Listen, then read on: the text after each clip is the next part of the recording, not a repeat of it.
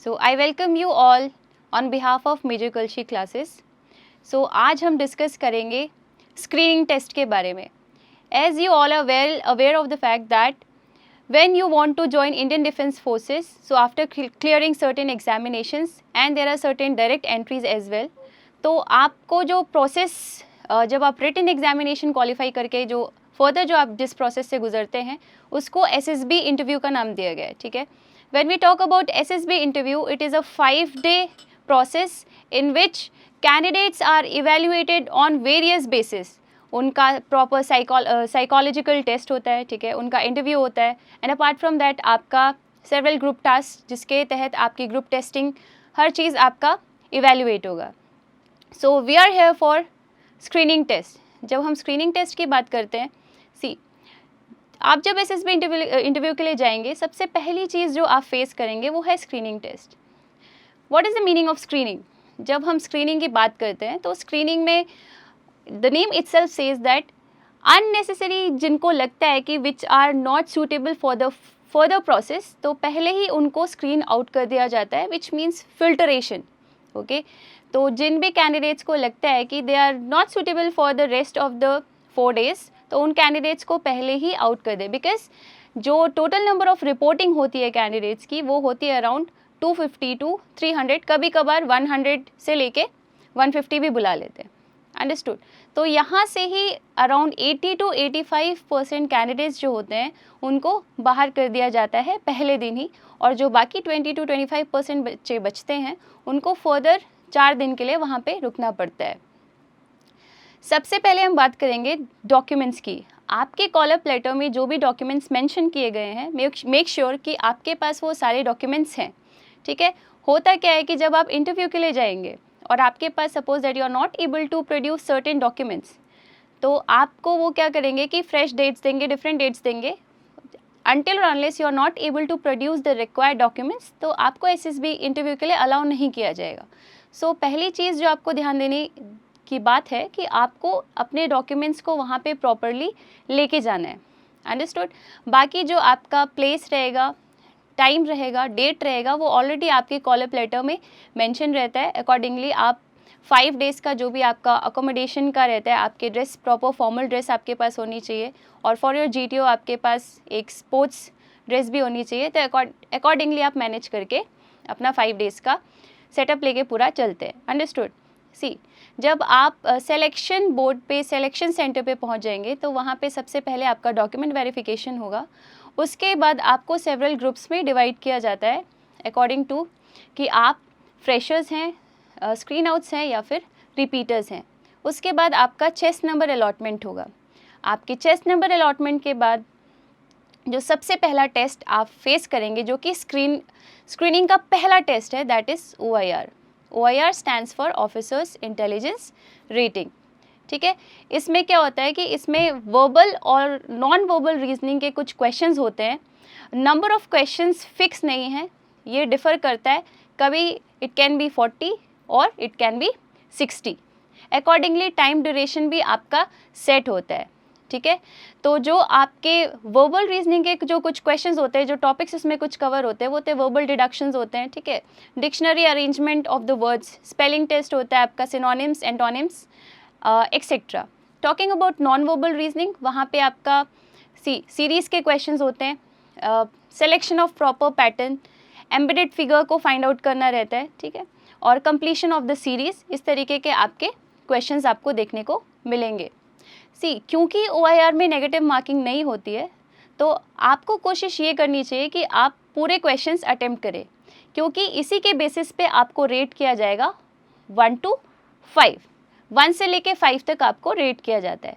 जब हम बात करते हैं OIR 1 की, तो उसको आउटस्टैंडिंग की कैटेगरी में रखा जाता है, जबकि OIR 2 को एक्सेलेंट, OIR 3 को अबव एवरेज और 4 and 5 को एवरेज एंड बिलो एवरेज. तो आपकी कोशिश हमेशा ये रहनी चाहिए कि आपका जो स्कोर हो, OIR का जो रेटिंग हो, वो आपको 1, 2 and 3 के अंदर ही लेके आना है. अदरवाइज़ अगर आप 4, 5 लेके आ जाएंगे तो आपका जो सिलेक्शन है उसमें थोड़ा सा प्रॉब्लम क्रिएट होगा, क्योंकि उसके लिए आप पे प्रेशर क्रिएट होगा और आपको PPDT में ज़्यादा मेहनत करनी पड़ेगी.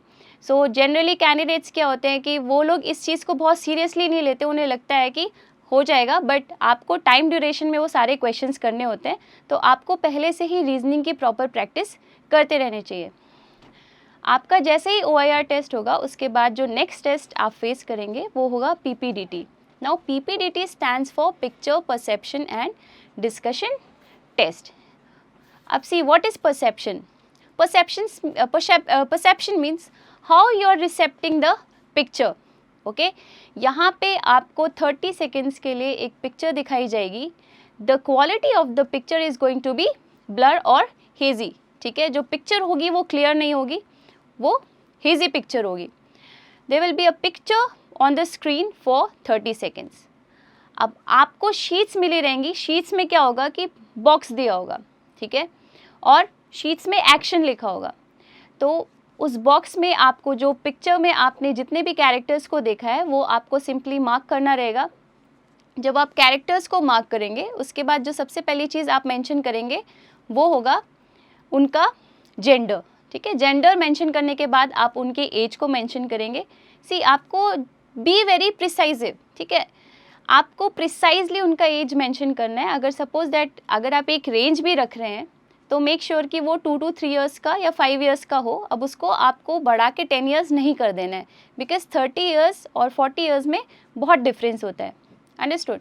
उसके बाद आपको जो आपने कैरेक्टर को देखा है उसका आपको मूड मेंशन करना है। अगर आपको लग रहा है कि कैरेक्टर किसी नेगेटिव मूड में है तो आपको माइनस साइन से डिनोट करना है। अगर आपको लग रहा है कि कैरेक्टर एक न्यूट्रल मूड में है तो आपको 0 से उसको मार्क करना है। एंड देन अगर आपको लग रहा है कि कैरेक्टर पॉजिटिव मूड में है तो आपको प्लस साइन से डिनोट करना है। आफ्टर दैट जो भी आपके स्टोरी का मेन लीड है, जो मेन कैरेक्टर है, और the person who is the protagonist of your story, उसको आपको सिंपली एनसर्कल कर देना है और उसके बाद आपको एक्शन लिखना है। तो आपके कैरेक्टर मार्किंग और एक्शन राइटिंग के लिए आपको 1 मिनट का समय दिया जाएगा। जब हम बात करते हैं एक्शन की, अब एक्शन में क्या लिखना है। सी, जब भी आप किसी टॉपिक को पढ़ते हैं या किसी मूवी को जब आप देखते हैं तो उसकी एक टाइटल होता है, तो उसको पढ़ के समझ में आ जाता है कि ओके ये स्टोरी इस चीज़ पे बेस्ड है। तो सिंपली आपका एक्शन भी इसी तरीके से होगा कि जिसको पढ़ के समझ में आ जाना चाहिए कि आपकी स्टोरी में एग्जैक्टली क्या होने जा रहा है। अंडरस्टूड। उसके बाद जब हम बात करते हैं स्टोरी राइटिंग की, तो उसके लिए आपको जो समय दिया जाएगा वो दिया जाएगा 3 मिनट। 3 मिनट में आपको स्टोरी राइट करनी रहेगी।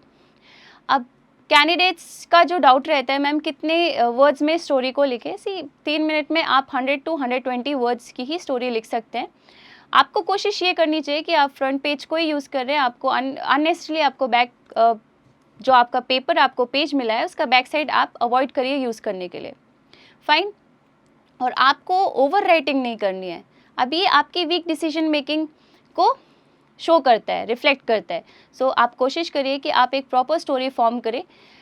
आपको स्टोरी राइटिंग कैसे स्टार्ट करनी है, सबसे पहले आपको अपने कैरेक्टर को इंट्रोड्यूस करना है एंड अकॉर्डिंगली आपको एक प्रॉपर स्टोरी फॉर्म करनी है with a proper theme and proper motive. ये चीज़ आपको ध्यान रखना है कि पिक्चर जैसे भी है, पॉजिटिव, नेगेटिव और न्यूट्रल, आपको पिक्चर को परसीव करना है, but your conclusion should always be positive and complete. Understood. जैसे ही आपका स्टोरी राइटिंग कंप्लीट हो जाएगा, आप लोगों को सेवरल ग्रुप्स में डिवाइड कर दिया जाता है और जो नंबर ऑफ कैंडिडेट्स एक पर्टिकुलर ग्रुप में होते हैं वो अराउंड 20 to 25 होते हैं। ठीक है, तो आपका 20 to 25 मेंबर्स का कभी कभी ये 17 भी होता है, 15 भी होता है। सो आपका सेपरेट ग्रुप्स बन जाता है। ओके, तो वो ग्रुप अब आपके फर्दर प्रोसेस के लिए रखा जाएगा। सो आपका जो 20 to 25 कैंडिडेट मेंबर्स का जो आपका ग्रुप है, आपको रूम में बुलाया जाता है जहाँ पे सेमी सर्कल में चेयर्स आपके सामने अरेंज रहती हैं। वहाँ आपके सामने 3 एसेसर्स रहेंगे, एक GTO रहेंगे, एक president of the board, deputy president of the board और दूसरे साइकोलॉजिस्ट। ओके, उसके बाद आपको क्या रहेगा कि एक एक करके कैंडिडेट अपने चेस्ट नंबर के सीक्वेंस वाइज उस स्टोरी को नरेट करेंगे। जैसे ही आपका नरेशन कंप्लीट हो जाएगा, फिर आपको एसेसर इंस्ट्रक्ट करेंगे और आपको बोलेंगे कि okay candidate, now discuss your story. तो आपका स्टोरी पे ग्रुप डिस्कशन शुरू हो जाएगा। जैसे ही आपका ग्रुप डिस्कशन स्टोरी पे ख़त्म हो जाता है, इसका कोई फिक्स टाइम ड्यूरेशन नहीं है। ठीक है, ये 10 मिनट्स भी चल सकता है और 15 मिनट्स भी चल सकता है। So after your group discussion gets completed, then starts your conclusion of the story. So now the assessor will instruct you कि अब आप ही में से कोई एक मेंबर ग्रुप की स्टोरी को कंक्लूड करेंगे. सो आप अपने में आपस में ही किसी मेंबर को सिलेक्ट करते हैं और वो आपकी ग्रुप की स्टोरी को कंक्लूड करते हैं. ठीक है. अब सी, जो नरेशन और ग्रुप डिस्कशन है स्टोरी नरेशन का, उसमें आपको कुछ चीज़ें ध्यान रखने की ज़रूरत है. सबसे पहली चीज़, इस पूरे प्रोसेस में जो सबसे मोस्ट इम्पॉर्टेंट चीज़ आपके काम आने वाली है वो है आपका कॉन्फिडेंस लेवल. अगर आपके पास प्रॉपर आइडियाज़ भी हैं एंड आपकी कम्युनिकेशन स्किल्स भी प्रॉपर है, बट अगर आप प्रॉपरली अपनी स्टोरी को कॉन्फिडेंटली प्रेजेंट ही नहीं कर पा रहे हैं, तो again this will create a hindrance in your selection. दूसरी चीज़ जो आपको काम करने की ज़रूरत है, जो मोस्टली कैंडिडेट्स की प्रॉब्लम होती है, वो है कम्युनिकेशन स्किल. सो आप कोशिश ये करिए कि get familiar, make yourself familiar with the English language. ठीक है. और स्टार्ट रीडिंग न्यूज़पेपर. जनरली बोला जाता है कि आप नॉवेल्स भी पढ़िए, क्योंकि वहाँ पे जब आप नॉवेल रीडिंग कर रहे होते हैं तो आपकी जो अंडरस्टैंडिंग होती है लैंग्वेज के प्रति वो थोड़ी बेहतर होती है.